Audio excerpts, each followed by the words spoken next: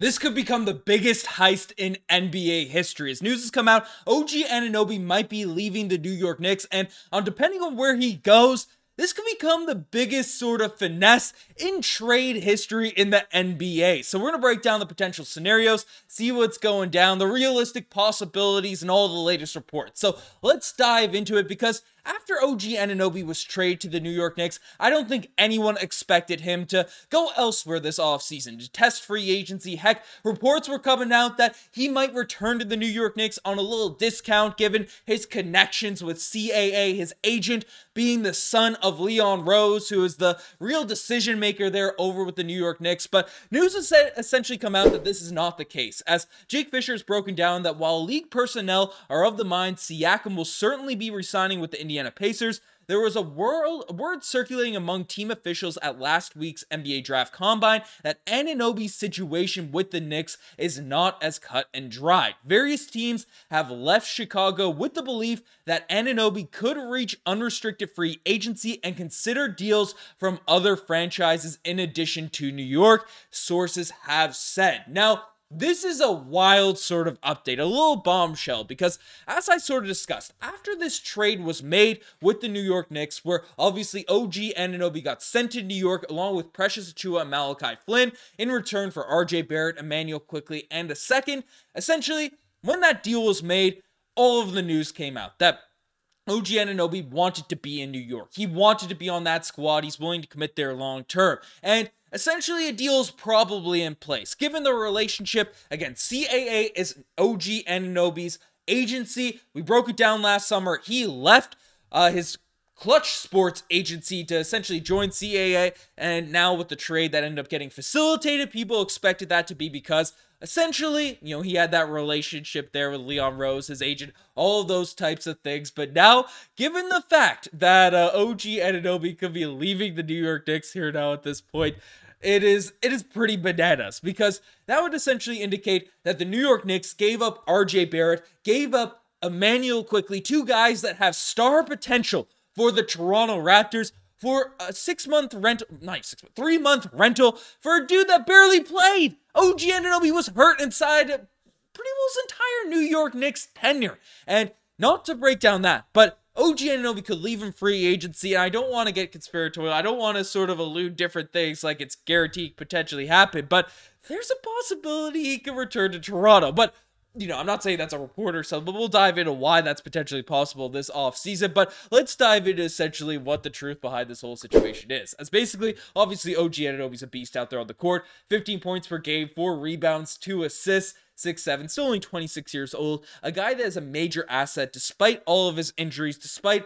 all of the sort of turmoil he's had over the course of this season and during the course of his career with injuries and stuff. But basically, news has come out that, as previously reported, members of the Philadelphia 76ers organization have seen OG Anunoby as an off-season target. Paul George is also a target for Philadelphia, but if the Sixers can't get George, I could see them making a big offer to OG Anunoby, if for no other reason than it would have to force New York to match the money. So obviously, two teams in the Atlantic Division, so regardless of how it affects the Toronto Raptors or anything along those lines, right, that's pretty big news. And essentially, OG Anunoby already has a relationship with head coach of the Philadelphia 76ers, Nick Nurse, so that would make sense as a potential destination for OG Anunoby if he were to leave the New York Knicks. Certainly a lot more sense than probably the Raptors do right now, but I want to sink my teeth into this because I just made a video on how the New York Knicks are extremely petty, and I would not be shocked if Masai Ujiri had some master plan to really stick it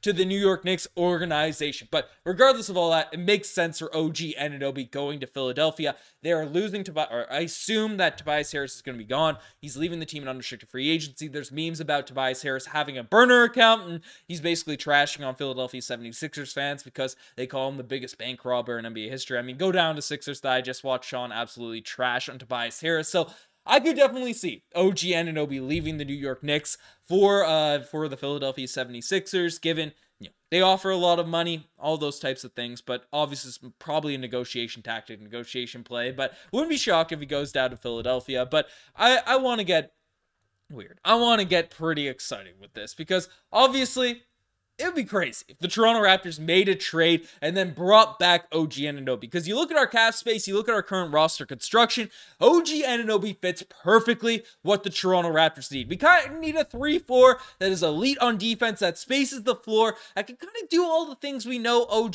Anunoby can. He would be one of the perfect types of fits to throw around a Scottie Barnes, RJ Barrett, Immanuel Quickley led sort of team. So he fits positionally. We also have a ton of cap space opened up this off season, and we also know the tight relationship that Masai Ujiri has with the star players. This is the picture I wanted to bring up with OG Anunoby there. So there's that relationship, there's the previous connection, there's the petty hate that Masai Ujiri has had with the New York Knicks, and the Knicks back that way again. I just made a video on how the Knicks are trying to veto the WNBA coming to the city of Toronto. So there's all of those memes, there's all of those things coming into play. Now, do I think this is realistic? Even with all that said, probably not. But if that were to go down, if this were to be the case, this is some master conspiracy by Masai Ujiri, making the deal happen too earlier, that would be the funniest thing I've ever witnessed in the history of sports. In my 24 years of watching sports in my lifetime, I would, and for it to be with the Toronto Raptors and for an owner that's as petty as James Dolan, I would love to see that actually go down. I know some people were saying it's a conspiracy during the, I think Pensari was the guy that was sort of leading that wave when the trade initially happened. I still think it's extremely unrealistic, but if that were to go down, if that were to actually happen, I hope it does, just for my well-being, for our just excitement, for the narrative, for the story, for it to actually go down. But would it be the right move with the Toronto Raptors? Well, you know, for pettiness and memes, yes. I don't care if it's the right move, injury-wise for OG Anunoby, cap space-wise, all of those types of things. For the memes, I am absolutely here for it. For a basketball sense, for a fan base that's watched OG Anunoby for a very long time, I think we'd all agree that it would be a major risk to give OG Anunoby the money that he's expecting in free agency. It's why a lot of people were comfortable with the trade when it happened. Essentially, news has come out that OG Anunoby will likely decline his player option, obviously, and become a free agent, and the Knicks can ink OG Anunoby to a max deal for 5 years, $245 million. And the expectation is he's going to probably not be making that, but making close to that sort of $40+ million per year range. So, again, giving OG Anunoby $40+ million per season is just a little bit nuts. It's a little bit ludicrous. I don't think the Toronto Raptors should be doing that from a basketball sense, but if it means sticking it to the New York Knicks, if it means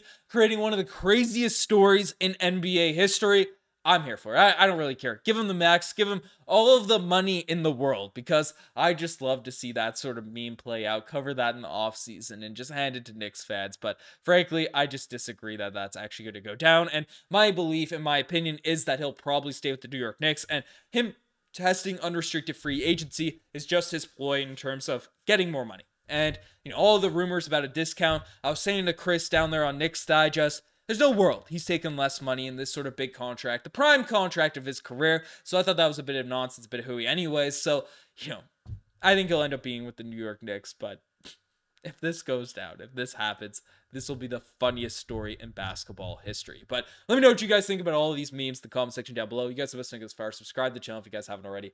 I've signed it out. Cheers.